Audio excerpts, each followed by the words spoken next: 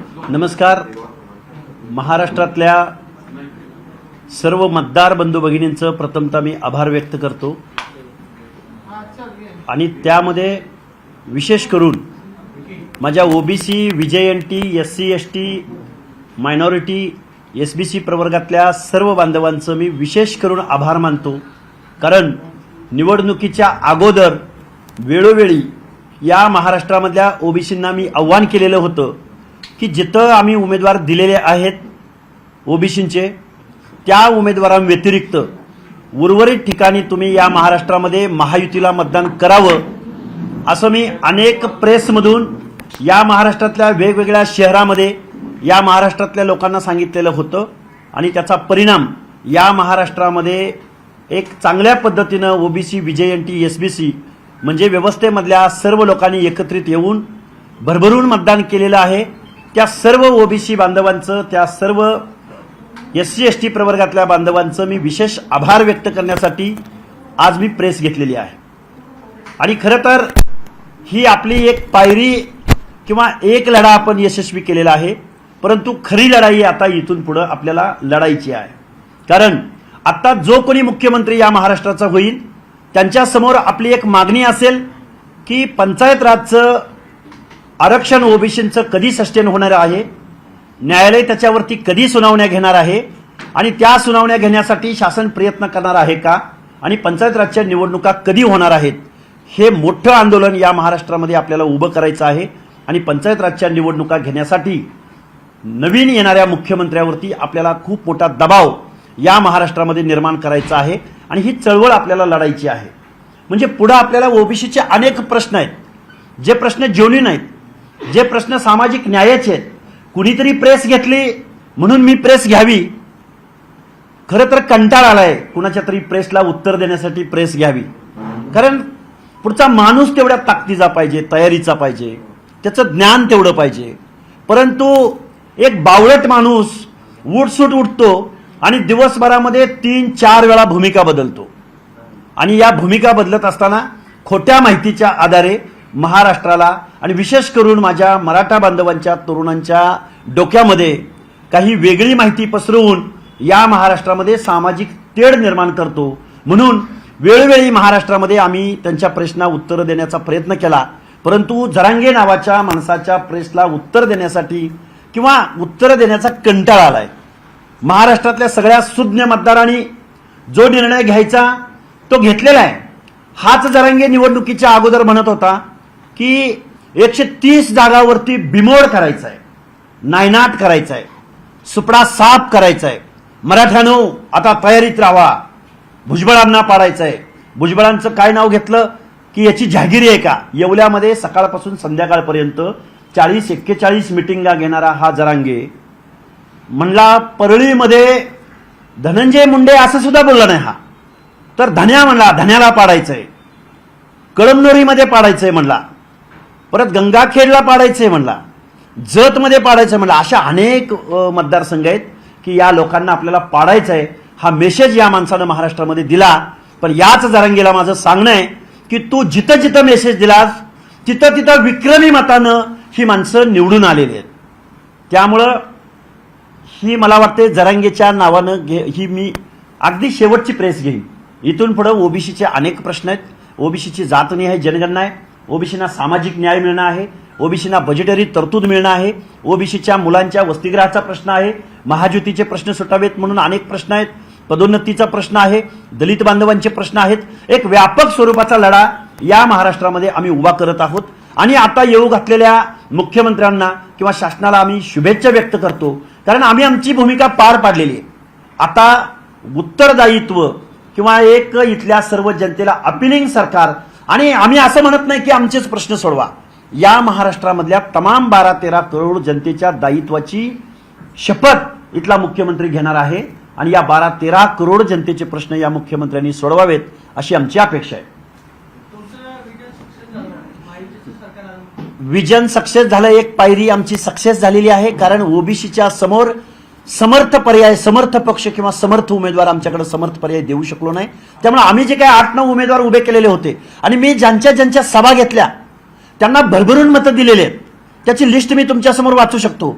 कालच जरांगे नावाचा खुळचट बावळट माणूस, कुठलीही माहिती न घेता बोलणारा माणूस, त्याला माझं सांगणं आहे, मी जिथं सभा घेतल्या ना तिथल्या लोकांची यादी मी आणलेली आहे तुमच्या समोर, आणि त्या माणसांना किती मतं पडलेली आहेत, त्या 9 उमेदवारांना जिथं जिथं मी सभा घेतलेल्या आहेत त्याची यादी मला खरं तर या महाराष्ट्राला वाचून दाखवायची आहे. त्यामुळे जरांगे नावाच्या माणसानं थोडासा अभ्यास करून थोडीशी माहिती घेऊन बोलावं. खूप आज जरांगेला माझं एक सांगणं आहे, अरे तू भुजबळांना पराभूत करायला गेलास, त्या राजेश टोपेचं काय झालं? आम्ही मागच्या 2 महिन्यामध्ये वेळोवेळी सांगितलेलं होतं की राजेश टोपेंचा पराभव करणार करणार करणार. त्याच राजेश टोपेंच्या मतदारसंघामध्ये आम्ही कावेरीताई खटके नावाची एक महिला उमेदवार उभी केली होती, लोकवर्गणीतनं उभी केली होती. जरांगे तू कान खोलून ऐक, त्या कावेरीताई खटके यांना 21,000 मतं पडलेले आहेत आणि राजेश टोपेची 25 वर्षाची सत्ता 2500 मतांनी आम्ही घालवलेली आहे. कर ना अॅनालिसिस, वाच. आम्ही तुझ्यासारखं खोटं नाही बोलत. तू बीडमध्ये 10,000 स्क्वेअर फुटाच्या जागेमध्ये किती माणसं बसू शकतात? तो 10,000 म्हणला, 25 लाख लोकांची गर्दी झाली म्हणला. त्यामुळे लबाड आणि फालतू बोलणारा माणूस, खरं तर माझ्या मराठा बांधवांच्या तरुणांच्या माती भडकवून 2 समाजामध्ये विद्वेष निर्माण करणारा हा माणूस, त्याला ही चपराक आहे. महाराष्ट्रातल्या सुज्ञ जनतेनं या माणसाला दिलेली ही चपराक आहे. आणि मी ज्या ठिकाणी 9 ठिकाणी सभा घेतल्या ती यादी मी तुमच्या समोर, नाव, मतदारसंघाने त्यांना पडलेली मतं, ही यादी मी तुमच्या समोर वाचून दाखवत आहे. माझी भूमिकाच अशी होती की माझे जे उमेदवार आहेत ते उमेदवार सोडून बाकीच्या ठिकाणी तुम्ही महायुतीला पाठिंबा द्यावा, ही मी वेळोवेळी घेतलेली भूमिका आहे. तर त्यामध्ये मी बघा, जिंतूर मतदारसंघामध्ये सुरेश नागरे होते, त्यांना 57,000 मतं पडलेले आहेत, एक उमेदवार. दुसरा उमेदवार अहमदपूर चाकूर मतदारसंघामध्ये आमचे गणेशदादा हाके पाटील निवडणुकीला उभे होते, त्यांना 63,000 मतं पडलेले आहेत. जरांगे नीट माहिती घे, आणि मी जर काही चुकीचं बोलत असेल तर तुझ्या सल्लागारांना विचार. मी तुम्हाला गणेश हाकेंबद्दल सांगितलं. बघा, माजलगाव मतदारसंघ बीड जिल्ह्यातला माधव तात्या निर्मळांना आमचा पाठिंबा होता, तिथं त्यांना 35,000 मतं पडलेले आहेत. जरांगे परत कान खोलून ऐक. आमच्या प्रियंकाताई खेडकर गेवराई, जिथं तू बालेकिल्ला समजत होता ना, त्या गेवराईमध्ये आम्ही प्रियंकाताई खेडकर यांना उभं केलं होतं. 31,200 मतं तिथं पडलेले आहेत माझ्या उमेदवाराला. कान खोलून ऐक. 800-900 लबाड बोलायचं नाही, महाराष्ट्राच्या जनतेला उल्लू बनवायचं नाही. परत तुम्हाला सांगतो, प्रवीण रणबागुल, एक मातंग समाजामधला एक ऊसतोड मजुराचा मुलगा, मी भूमपरांड्याला उभा केलेला होता. त्या ठिकाणी प्रवीण रणबागुल या एससी समाजातल्या तरुणाला एकदम तोकड्या साधनानिशी तो निवडणूक लढला. त्यांना मतं पडलेली आहेत, 11,000 मतं पडलेली आहेत. आणि तिथं निवडून आलेला तुझा उमेदवार किती आहे आणि किती फरक आहे हे तुला माहिती आहे, चांगलं तुला सांगायचे. बघा, परत डॉक्टर स्नेहल सोनकाटे नावाच्या तुळजापूरमध्ये एक महिला उमेदवार उभ्या केल्या होत्या, त्यांच्या मी सभा घेतल्या होत्या, त्यांनाही 11,000 ते 12,000च्या दरम्यान मतं पडलेली आहेत. त्याचबरोबर रामप्रसाद थोरात परतूर मंठ्याला आम्ही एक उमेदवार उभे केले होते, तिथं त्यांना मतं पडलेली आहेत 30,000. त्यामुळे जरांगेंनी काल प्रेसमध्ये महाराष्ट्रासमोर सांगितलं की हाकेनं जिथं सभा घेतल्या तिथं 800-900 मतं पडली. अरे जरांगे, बावळट माणसा, नाक गेलं तरी भोक उरलं म्हणण्याची तुझी अवलाद, तुला कळायला पाहिजे की महाराष्ट्रामध्ये तुझा काय पोथेरा केलाय महाराष्ट्रातल्या जनतेनं. आणि म्हणतो 205 आमदार निवडून आणले. अरे ते कुठं जाणार आहेत? आणि त्यांनी कुणाचा फोटो लावून मतं मागितली? मला त्या खोलामध्ये जायचं नाही. खरं तर जी माणसं निवडून आलेले आहेत त्यांना आमच्या हार्दिक शुभेच्छा आहेत. ते जे निवडून आलेत त्यांना आम्ही जाहीर भूमिका घेतली की महायुतीच्या बाजूने तुम्हाला मतदान करायचंय म्हणून, पण तू जाहीर भूमिका घेतली नाहीस. तू 130 आमदार पाडायला निघाला होतास. तू देवेंद्र फडणवीसांच्या कुटुंबापर्यंत गेलास. मॉर्फिंग करून तू सोशल मीडियावर धुमाकूळ घातलास, पण जनतेनं तुझं थोबाड फोडलेलं आहे. त्यामुळे इथून पुढच्या कालावधीमध्ये जबाबदारीनं तू वागलं पाहिजेस. तू जे काही काल बोललास ना, त्या प्रत्येक प्रश्नाचं उत्तर आमच्याकडे आहे.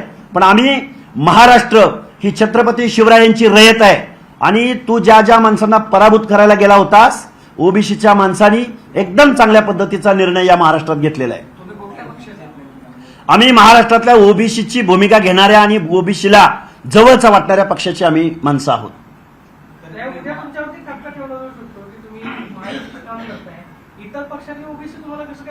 इतर पक्षातल्या सगळ्या लोकांनी ठरवलं ना, म्हणून तर महायुती सत्तेत आली ना. एवढा क्लीन स्वीप इतर पक्षातले लोक इकडे मतदान केल्याशिवाय कसा मिळाला? माझ्यासाठी ओबीसी महत्वाचं आहे, परंतु सत्तेमध्ये येणारा पक्ष माझ्यासाठी माझे प्रश्न सुटणार कसे? आमच्या ओबीसीचे प्रश्न सोडवणार कोण? सत्तेतलाच तुम्ही अर्थ काहीही घ्या, मी जाहीर भूमिका घेतली ना महायुतीच्या बाजूनं, त्यामुळे तुम्ही मला ठपका लावा नाहीतर काही लावा. जरांगेनी महाविकास आघाडीची म्हणजे शरद पवारांची भूमिका घेतली होती. त्या रोहित पवारांचं कान कापून, त्यांचा जो विजय आहे कान कापून सोडलेले आहेत आम्ही त्यांचे, त्यांना नाक उरलेलं नाही. कुणाच्या मिटिंगा घेतल्या? अहो नाशिकमध्ये जावा, तुम्ही घनसावंगीमध्ये जावा. अरे सगळ्या बरं मी जाहीर भूमिका घेतली ना, मग मी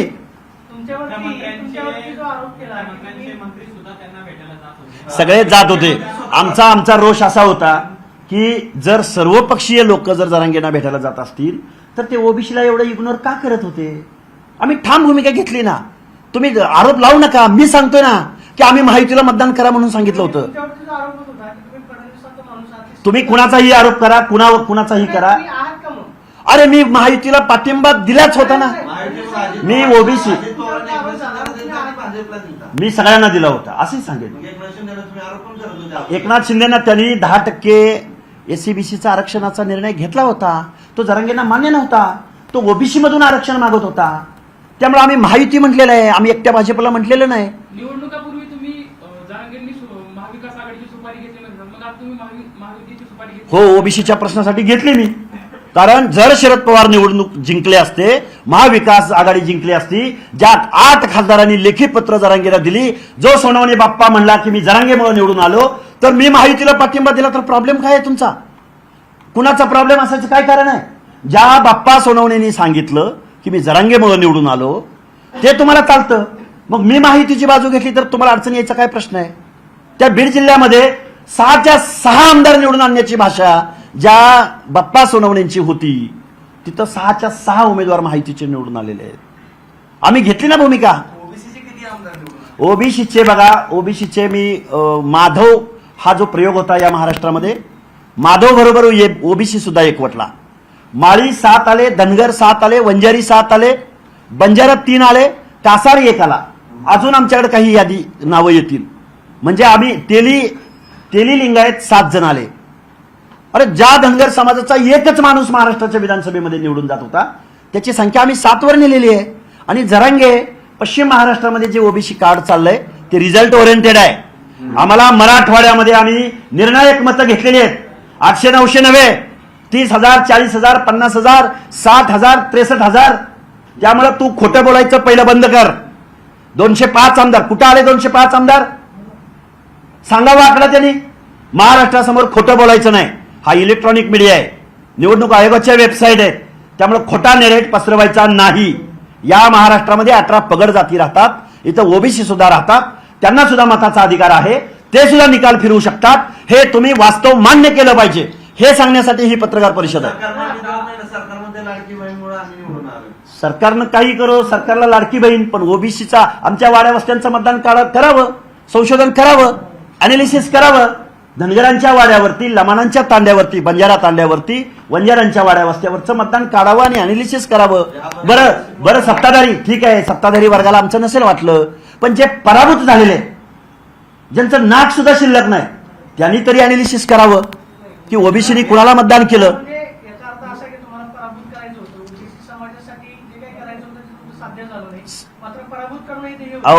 अहो मला एक सांगा, आम्हाला या लोकांना पराभूत केल्याशिवाय विजय कसा होणार? पराभूत करा म्हणजे हँगिंग ठेवा असं नाही ना, नोटाला नाही ना. राग यावर असा होता की ओबीसीच्या लोकांना फिजिकली अटॅक केले गेले. छगनराव भुजबळांना यांचा 7 बार आहे का बोलला? तुझा 7 बार आहे का जरांगे?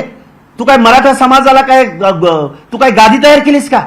काय एवढं गृहीत धरतोय? प्रश्न असा आहे की मराठा समाजानं सुद्धा मतदान केलं. हो, मग तेच सांगायला लागलो ना, मी तेच सांगतोय की साध्य म्हणजे ज्यांना ज्या गोष्टी हव्या होत्या, ज्यांना तुतारी वाजवायची होती, ज्या रोहित पवारांच्या सांगण्यावरनं जरांगे पाटील चालत होते, ज्या राजेश टोपेंच्या सांगण्यावरनं आंदोलन चाललं गेलं, बेकायदा मागण्यांना सपोर्ट केला गेला. एका बाजूला एकनाथराव शिंदे मुख्यमंत्री महोदयांनी 10% रिझर्वेशन दिलेलं असताना सुद्धा आम्हाला ओबीसी मधूनच आरक्षण पाहिजे ही अडेलतट्टू भूमिका घेतली गेली, पोलरायझेशन केलं गेलं.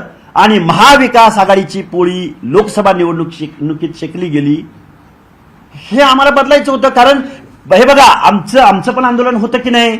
पवार साहेबांनी आम्हाला साधा एक शब्द तरी बोलले का? त्याला जोडूनच उद्या तुमच्यावरती असा आरोप होऊ शकतो की तुम्ही फक्त आरक्षणाचं माध्यम वापरलं आणि टार्गेट तुम्ही शरद पवारांना केलं आणि फडणवीसांचं ध्येय साध्य केलं. अरे राजसत्ता अंतिम आहे. आम्हाला भूमिका आम्ही हे बघा, आम्ही आंदोलन लढणार आहे. हे बघा, उत्तर ऐका. आरोप झाला. मी आरोपाला भीत नाही, मी भूमिका घेतली. असा आहे की आरक्षणाचं माध्यम तुम्ही वापरलं आणि त्याच्या आडून तुम्ही शरद पवारांना टार्गेट केलं आणि फडणवीसांचं ध्येय साध्य केलं. म्हणजे तर मग याचा अर्थ तुम्ही त्यांचं काम- माझं उत्तर ऐका की तुम्हीच बोलताय.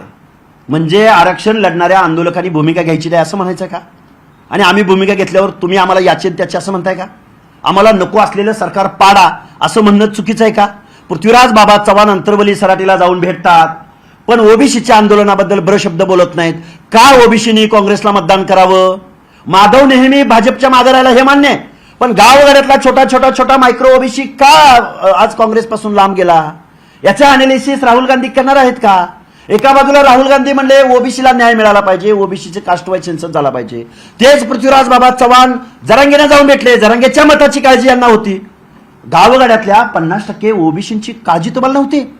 करतील ना अनालिसिस, करा ना अनालिसिस. बुथ वाईज तुम्हाला मतदान कळतं ना या ओबीसीनी. तुमचं असं मत आहे की महाविकास आघाडीला ओबीसी जे आंदोलन असेल, ओबीसीचे जे प्रश्न असतील त्याच्याकडे कानाडोळा केल्यामुळे हे- प्रश्नच नाही. मी राहुल गांधींची 5 मिनिट वेळ मागितली होती. मला सांगलीमध्ये सकाळी 9 वाजता स्थानबद्ध केलं गेलं, संध्याकाळी 5 वाजता सोडलं, पण मला राहुल गांधींची 5 मिनिटं वेळ मिळाली नाही. सरदार वतनदारांच्या हातात पक्ष आहे. ते असं म्हणतात बटेंगे तो पिटेंगेचा इफेक्ट झाला, लाडकी बहीण चालली, मग तुम्ही केलेल्या कष्टाचा त्यांनी इग्नोर केला. कुणी काय म्हणायचं, आम्ही आमचं परफेक्शन तुमच्या समोर मांडलेलं आहे. आम्ही लोकसभेमध्ये आमची ओबीसीची माणसं, चंद्रकांत खैरेंचा पराभव, पंकजाताई मुंडेंचा पराभव, महादेव जानकरांचा पराभव, याचा ओबीसी एकत्र आल्यानंतर त्याला जातीय स्वरूप दिलं गेलं. मग तुम्ही खरं 11 महिन्यापूर्वी हेही म्हणाला होता की देवेंद्र फडणवीस हा थापाड्या माणूस आहे, त्यांनी मराठ्यासह धनगर समाजाची फसवणूक केली आहे. त्या मतावर तुम्ही ठाम आहात? आम्ही ज्या सरकारनी त्या सरकारनी जे प्रश्न सोडवलेले नाहीत त्या वेळी आम्ही ते बोललेलो आहे. आज रोजी आम्ही कुणाला मतदान करायचं कुणाला नाही मतदान करायचं, कारण चळवळ निवडणुकीच्या काळात चळवळीला दिशा देणं हे आमचं काम आहे. आणि राजसत्ता अंतिम असेल, राजसत्तेच्या माध्यमातून प्रश्न सोडवले असतील तर आम्ही कुणाला का मतदान करू नये? ही लोकशाही आहे. जे जरांगेने केलं तेच तुम्ही करताय, मग अर्थ काय तुमचा? अरे लोकशाहीमध्ये भूमिका घेणं, जरांगेचं कशाला तुम्ही मला सांगताय? लोकशाहीमध्ये आम्ही भूमिका घ्यायची नाही का? आम्ही जे आंदोलन उभं केलंय, जी मुवमेंट उभी केली, त्या तरुणांना आम्ही दिशा द्यायची का नाही द्यायची? आणि त्याला जोडून असा प्रश्न निर्माण होतो, मग तुमच्यावरती आरोप केले जातात. आरोप विरोपाचे मी फिकीर करत नाही. आम्हाला ज्यांना पाडायचं होतं त्यांना आम्ही पाडलंय, आम्ही करून दाखवलंय, आणि ज्यांना मतदान द्यायचं द्या म्हणून सांगितलं होतं त्यांना मतदान दिलेलं आहे. कुणी काही आरोप करत, आणि काय महायुती काय कुठल्या काय महाराष्ट्राच्या बाहेरचा पक्ष आहे का? मुख्यमंत्री कोण आले मग? सोडवतील, नाही सोडवले तर पराभूत करू त्यांना. मी आता तुम्हाला सांगितलंय, तुम्ही प्रश्न विचारायच्या अगोदर, की या मुख्यमंत्र्यांना आमचा कास्ट वाईज सेन्सस करावा लागेल. पाडायला पाच काय? तुम्ही- अरे विधान परिषद काय, अर्ध्या लोकसंख्येचा वाईस असणाऱ्या माणसाला विधान परिषद काय देत आहे? कॅबिनेट पद दिलं पाहिजे, अरे शिक्षण मंत्रीपद दिलं पाहिजे, महसूल मंत्रीपद दिलं पाहिजे. काय तुम्ही विधान परिषदेवर बोलवून करता काय? अर्ध्या लोकसंख्येचा वाईस आहे हा. काय तुम्ही सांगा, मला सांगायची, मी कोणाला भेट मागणार नाही. अरे मी सत्तेत बसवणारा माणूस आहे, विधान परिषद काय घेऊन बसलाय? हा?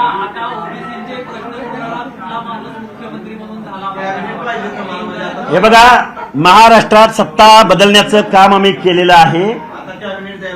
कॅबिनेट सोडा हो, तुम्ही काय छोटे, आम्ही मुख्यमंत्र्यांची भाषा बोलतोय, तुम्ही काय विधान परिषद घेऊन बसलाय? कोणी हो मुख्यमंत्री? हा? कोण मुख्यमंत्री व्हावा असं- अहो हे बघा निवडून दिलेल्या पक्षाचा मुख्यमंत्री होईल.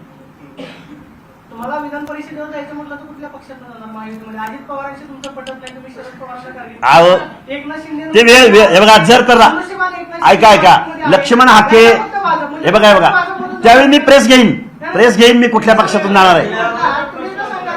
हे बघा, जर तरला लक्ष्मण हाके महत्व देत नाही. महायुतीमध्ये एकनाथ शिंदेवर तुम्ही आरोप केले, एकनाथ शिंदे महायुतीमध्ये मुख्यमंत्री होते, आता ते महायुतीमध्ये आहेत, राहिला फक्त भाजप, म्हणजे तुम्ही भाजपमधूनच विधान परिषदेवर जाणार. अरे काय वाईट काय आहे? मला एकनाथ शिंदे साहेबांनी उद्या चांगली ऑफर दिली. एकनाथ शिंदे साहेबांनी, मराठा आरक्षणासाठी हो प्रश्नच नाही, एकनाथ शिंदे साहेबांनी 10% आरक्षणाची भूमिका घेतलेली आहे, पण ती जरांगेंना कळली नाही. त्यांचं आपलं तुंतुन चाललं होतं, पवार साहेब, रोहित साहेब, टोपे साहेब. हा? जरांगे पुन्हा सामूहिक उपोषण करणार आहेत कुंभीतून आरक्षण देण्यासाठी, त्यावर तुमची काय भूमिका आहे? हे बघा, महाराष्ट्रामध्ये परत एकदा माझ्या मराठा बांधवांना, तरुणांना माझे हात जोडून कळकळीची विनंती आहे. माननीय मुख्यमंत्री एकनाथराव शिंदे साहेबांनी 10% एससीबीसीचं आरक्षण दिलेलं आहे. देशाचे पंतप्रधान नरेंद्र मोदी साहेबांनी घटनेमध्ये दुरुस्ती करून 10% इकॉनॉमिकल विकर सेक्शनमध्ये आरक्षण दिलेलं आहे. परत एकदा जरांगे नावाचा खुळचट माणूस, ज्याला आरक्षण पॉलिसी माहित नाही, धोरण माहित नाही, त्या माणसाच्या सांगण्यावरनं परत ओबीसी मधून आरक्षण ज्याला कुणाला पाहिजे असेल तर ते जरांगेंना सपोर्ट करतील. माझं सांगणं असं आहे की जे काही आमदार निवडून आलेले आहेत त्या सगळ्यांना ओबीसीनी निर्णायक मतदान, आपलं लाख मोलाचं बहुमूल्य मतदान दिलेलं आहे. हा महाराष्ट्र फुले शाहू आंबेडकरांच्या समतेचा महाराष्ट्र आहे.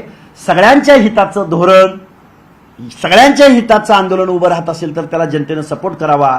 अन्यथा जे विधानसभेला झालं ते इथून पुढच्या कालावधीत होत राहतं. काय मागणी सरकारने करावी असं? ओबीसींची पहिली आमची मागणी आहे की ओबीसींचं पंचायत राजमधलं आरक्षण गेलेलं आहे, त्यासाठी निवडणुका गेल्या 2-3 वर्षापासून थांबलेल्या आहेत.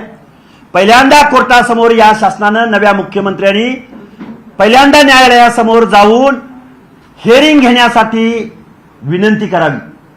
ते हिअरिंग पूर्ण कराव्यात, सुनावण्या पूर्ण कराव्यात, ओबीसीचं आरक्षण सस्टेन करावं आणि पंचायत राज नगरपालिकांच्या निवडणुका घ्याव्यात. लोकल बॉडीजमध्ये बाबू लोक प्रशासन चालवत आहेत, हे लोकशाहीच्या विरोधी आहे. तेव्हा येऊ घातलेल्या मुख्यमंत्र्यानं ओबीसीला जिल्ह्याच्या ठिकाणी वसतिगृह तर द्यावं, आमचा जात वाईज सेन्सस करावा, आमच्या मुलांना महाज्योतीला लोकसंख्येच्या प्रमाणात निधी द्यावा. खूप मोठं आंदोलन आहे. जरांगेनं प्रेस घेतली म्हणून लक्ष्मण हाकेनं कंटाळा आला या जरांगेचा. अरे काय बोलतो. आणि महिला आयोगाला या महाराष्ट्रातल्या माझी विनंती आहे, वेळोवेळी, आणि मीडियाला सुद्धा विनंती आहे, वेळोवेळी शिवराळ भाषेमध्ये प्रेस घेणाऱ्या जरांगेची प्रेस तुम्ही आमच्या माता भगिनींच्या नावे अर्वाच्य भाषेत शिवीगाळ देणारा आंदोलक कसा असू शकतो. अरे यशवंतराव चव्हाण नावाचा आदर्श राजकारण्याचा वारसा असणारा हा महाराष्ट्र, त्या जरांगेनी कालच्या प्रेसमध्ये मला किमान 10 वेळा आईवरनं शिव्या दिलेल्या आहेत. कालची प्रेस पत्रकार बांधवांनी ऐकावी. आणि अरे तो निवृत्ती महाराज देशमुख महिलांवरती एखादा शब्द बोलला तर त्याला महिला आयोगानं नोटीस पाठवली. या जरांगेनं महिलांच्या नावावरनं अर्वाच्य भाषेत शिवीगाळ केलेली आहे. महिला आयोगाच्या अध्यक्षा कुठं आहेत? एक नोटीस त्या जरांगेला पाठवा की जो माता भगिनीच्या मनात लज्जा निर्माण होईल अशी अर्वाच्य भाषेत शिवीगाळ करतो. देणार पत्र, प्रश्नच नाही. अरे महिलांच्या नावानं किती वेळा मला काल त्यानं शिवी दिली तुम्ही बघा. आणि म्हणे माझा तो दुश्मन नाही, आणि तो धनगराचीच माणसं पाडायला मिटिंगा घेतो. आम्ही आता आमचा परफॉर्मन्स दिलेला आहे, आम्ही एक पायरी सक्सेस झालेलो आहोत. हा महाराष्ट्र जर येवल्यामध्ये कुणाची जागीर नसेल तर हा महाराष्ट्र जरांगे तू म्हणतोय त्यांची पण लायकी नाही, जागिरी नाही. जरांगे पाटलांबद्दल फार कटुता आहे, पण जरांगे पाटील म्हणतात धनगर आरक्षणासाठी मी लढा उभा करेल, त्यांच्यासाठी उपोषणाला बसेल असं. म्हणजे तू तुझं पहिलं बघ म्हणावं ताटातलं. तू काय एवढा कोण तत्ववेत्ता सोशल रिफॉर्मर नाहीस. तुला अजून तुला किती मतं पडली लक्ष्मण हाकेनी सभा घेतलेल्या मतदारसंघात हे तुला माहिती नाही. जरांगे म्हणतात की जरांगे फॅक्टर समजण्यासाठी कोणाची हयात जाईल, पण जरांगे फॅक्टर करणार नाही. जे जनतेने दाखवले ना, थोबाड फोडले. नाही, आता तुम्हाला एक प्रश्न आहे माध्यमातून. तुमचं लक्ष निवडून आणलं होतं की फक्त मतं घेणं होतं? अरे निवडून आणलं ना मी. नाही. अरे मतं घेणं. हे बघा ओबीसीला वाईस नाही, ओबीसीला पक्ष नाही, ओबीसीला नेता नाही. 8 दिली की त्याच्यापैकी अरे घेतली ना मतं, त्या मताबद्दल बोला ना तुम्ही. अरे 63,000 मतं घेणं. मतं घेऊन फायदा काय हो? मतं म्हणजे काय? म्हणजे आम्ही लढायचं नाही का? अरे हे काय लोकशाही, तुम्ही पत्रकार आहे ना. मतं घेऊन फायदा म्हणजे अरे होईल ना विनिंग मध्ये. बघा ऐका, 1 मिनिट तुमच्या प्रश्नाचं उत्तर देतो. ओबीसी आमदार सांगतो ऐका. ओबीसी आमदार किती निवडून आले? 7 धनगराचे आलेत, 7 माळ्याचे आलेत, 7 वंजारीचे आलेत, 3 बंजाराचे आलेत आणि तेली लिंगायताचे 7 आलेत. काढा माहिती. एकूण किती झाले? एकूण तो 35-40च्या पुढे आकडा जातो. तिकडे 108 हा. मराठ्याचे निवडून मराठ्यांचे 128 नाही, किती आले? 112 आलेत. 112 अरे माझ्याकडे आहे ना, अरे माझ्याकडे आकडेवारी घेऊन आलोय मी आकडेवारी घेऊन आलोय. जरांगे ये पुढे कधी पण, कुठले 204 आणि 205? अरे महाराष्ट्रामध्ये ओबीसी पण राहतो काय. 112 आलेत माझ्याकडे पक्ष वाईज अनालिसिस घेऊन आलोय मी. तुम्ही काय विचारणार आहे मला माहिती आहे. अरे सगळे सांगतो ना मी. 204 आकडा जरांगे आणला कुठून? मी आकडेवारी कुठल्या पक्षात सांगू तुम्हाला? 1 मिनिट, तुम्हाला एक उदाहरण देतो फक्त. अरे 1 मिनिट फक्त. हे बघा 1 मिनिट ऐका. एक साधं उदाहरण देतो कमी लोकसंख्या असलेल्या पक्षाचं. माननीय शरदचंद्रजी पवार साहेबांचे 10 उमेदवार निवडून आलेले आहेत. त्यामधले 5 ओबीसी आहेत आणि 5 मराठा आहेत. करा अनालिसिस. मग ते सांगतो ना तुम्हाला, आकडेवारी सांगतोय माझ्याकडं. हे बघा त्यांच्याकडे आलेले 5 ओबीसी कुणी निवडून आले? कुणी निवडून आले ते बघा ना. गोपीच्या तुम्हाला सांगतो ऐका ऐका ऐका ऐका ऐका ना ऐका ऐका. रोहित पवार किती मतांनी निवडून आले तेच सांगतोय. नारायणआबा पाटील 10,000 पेक्षा 15,000च्या आसपास निवडून आले. कशामुळे आले? मग रोहित पवार 1200 मतांनी येतो. अरे ओबीसी फॅक्टरमुळे आले. तेच सांगतोय मी. अरे आम्ही अगोदर सांगितलंय, इथं पत्रकार सगळे आहेत, आपल्या प्रेसमध्ये सांगितलेलं होतं, जे रिझल्ट ओरिएंटेड ओबीसीचे उमेदवार असतील त्यांना आमची फर्स्ट प्रायोरिटी असेल. आम्ही पाठिंबा दिलेला होता, त्याच्या विरोधात एलिगेशन झालेले आहेत. अरे होता ना, झाला ना. माळशिरसमध्ये माझ्या विरोधात प्रेस झाली की लक्ष्मण हाकेंचा उत्तमरावांना पाठिंबा असेल तर आमचा बायकॉट झाली ना. प्रेस तुम्हीच दाखवली सगळ्यांनी. तिथं आणला ना निवडून आम्ही. म्हणजे उत्तमरावांकरांना तुम्ही निवडून आले. प्रश्नच नाही. मग तुम्ही शरद पवारांवरती टीका कसं करता? अरे आमच्या पक्षाच्या धोरणावर ठीक आहे, पण आमच्या माणसाला आम्ही आणले ना निवडून. म्हणजे तुमच्या सगळीकडे माणसं आहेत. माणसं आहेतच ना. जर जरांगेचे सगळीकडे असतील तर आमच्याकडे असावेत. मग तुम्हाला कुठला पक्ष येणार? देतील ठरवतील. तुम्ही जे 8 विधानसभेत सभा घेतल्या तिथला एकही उमेदवार निवडून आलाय का नाही? पुढच्या वेळी येईल ना निवडून. अरे नाही म्हणलं ना मी, कुठं म्हणलं आलाय? नाही, तिथं महायुतीचा निवडून आला, तुमचा आला नाही. मग आमचं धोरण होतं ना, समजून घ्या आता. आमचं धोरण होतं. धोरण पाडापाडीचं होतं का मग? अरे मग पहिली पायरी हीच असते. कुणाला तरी पाडल्याशिवाय कोण येणार आहे का निवडून? हा? अरे नाही, विधान परिषद नाही, हे छोट आहे. अरे पुढच्या खूप गोष्टी आहेत. तुम्ही एवढं खिळक. कुठला उमेदवार पाडला तरी असता. मला राजेश टोपे नावाचा माणूस पाडल्याचा आनंद आहे आणि रोहित पवारांचे दोन्ही कान कापल्याचा खूप मोठा आनंद आहे. पण ते निवडून आले की? आले की इतक्या ठीक आहे ना. आले त्याच्यावरून आज चालय ना, आले निवडून येतात. तुम्ही आता म्हणताय जरांगेवर बोलायचा कंटाळा आलाय. हा. पण जरांगे पुन्हा एकदा उपोषणाला बसले. त्यांना शुभेच्छा आहेत. जरांगे पवार साहेब जरी पंतप्रधान झाले किंवा त्याचा कोणी माणूस जरी पंतप्रधान झाला, जोपर्यंत इथला लिगल ऍस्पेक्ट असणाऱ्या संस्था जोपर्यंत सामाजिक मागासले पण प्रूव्ह करणार नाहीत तोपर्यंत जरांगेची मागणी मान्य होणार नाही. माहितीमध्ये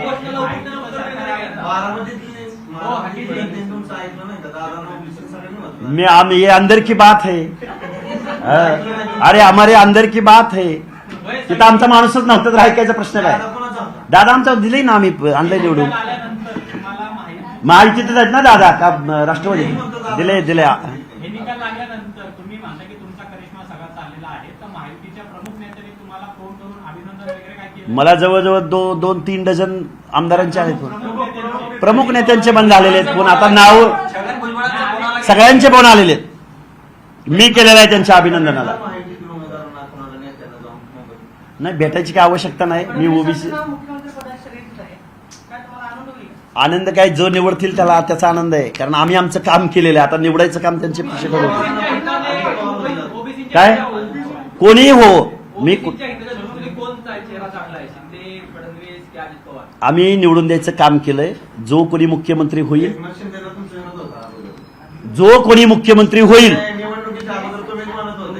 विरोध बाबळला काय एकनाथ शिंदे तुम्ही म्हणजे आम्ही माहितीला पाठिंबा दिलेला आहे. आम्ही फक्त भाजपला दिलेला नव्हता. त्यामुळे जो कोणी मुख्यमंत्री होईल त्याला आमच्या शुभेच्छा आहेत. आणि विधान परिषद वगैरे नाही. अरे द्यायचं असेल तर कॅबिनेट मंत्रीपद द्या. विधान परिषद वगैरे चिल्लर समजू नका. ओबीसी चळवळीला अख्खा तडाखात दिलेला आहे. अरे का जाऊ नये का? काय माझ्यावर बंदी आहे का कॅबिनेटमध्ये नाही जायला? का जाऊ नये आम्ही? काय ओबीसीच्या पोरांनी स्वप्न बघायचं नाही, तुम्ही तेवढी बघायची का? असा का प्रश्न विचारताय? पक्ष सांगा फक्त. अरे पक्षाचा काय संबंध? मी मला त्यावेळी ठरवेल, सांगेल ना, प्रेस घेऊन सांगेल. काय काय? अरे एक जण बोला. पक्षातील आमदारांना मंत्रिपद मिळत नाही, भरत गोगावले तसेच राहिले, तर तुम्हाला अरे ते एका मतदारसंघाचे, अरे मी महाराष्ट्राचा प्रतिनिधी आहे. अरे मी महाराष्ट्राचं लीड करतो. हा? हे बघा मी काय बोलतोय, अनेक पद आहेत ना, ठरवतील ना ते. आता तुम्ही कोणतं झालं तर पडळ आनंद होईल मला, का नाही होणार आनंद? भुजबळ साहेब पण आहेत की तुमचे नेते? अरे आनंद होईल, अनेक जागा आहेत ना. राहू दे, पण यांना पण व्हायचं. अरे प्रश्नच नाही, का होऊ नये?